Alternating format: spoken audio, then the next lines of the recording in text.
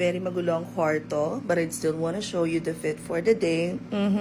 Very cutesy, may natatago siyang pa-aurang ganyan. O, pak, sino ka dyan? Come have a quick afternoon here in Boracay. Let us watch the sunset finally. So we have this really small ocean pack that we bought for only 280 pesos. And perfect na siya for cellphone, wallet, and the vapes. Oh, pak, sino ka dyan? Oh, ganda! B! Move over!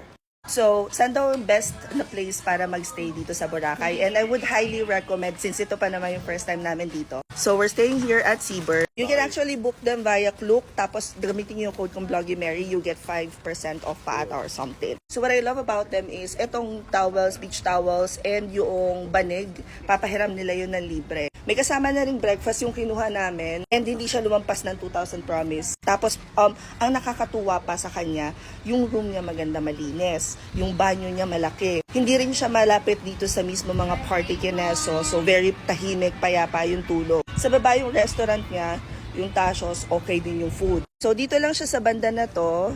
Ito yung Crocs. And ito na yung beach side. Oh, you like it?